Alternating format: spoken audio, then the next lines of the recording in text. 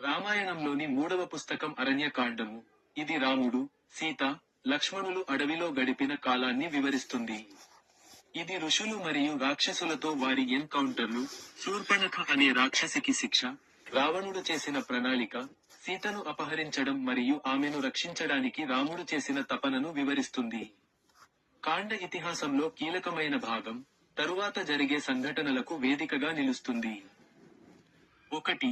3వ పుస్తకం, అరణ్యకాండము, అడవి పుస్తకం. వాల్మీకి రాసిన పురాతన భారతీయ ఇతిహాసం రామాయణంలోని 7 కాండలలో, పుస్తకాలు, 3వది. 2. అడవిలో జీవితం. ఈ విభాగం రాముడు, సీత మరియు లక్ష్మణుల అరణ్యవాస సమయంలో వారి దైనందిన జీవితం మరియు అనుభవాలపై దృష్టి పెడుతుంది. 3. ఎన్కౌంటర్లు. ఇది అగస్త్యుడు వంటి ఋషులతో వారి సమావేశాలను మరియు రాక్షసులతో వారి ఘర్షణలను వివరిస్తుంది. రాక్షస రాజు రావణుడు సీతను అపహరించడం వంటి అపఖ్యాతి పాలైన సంఘటనతో సహా. 4. కీలక సంఘటనలు.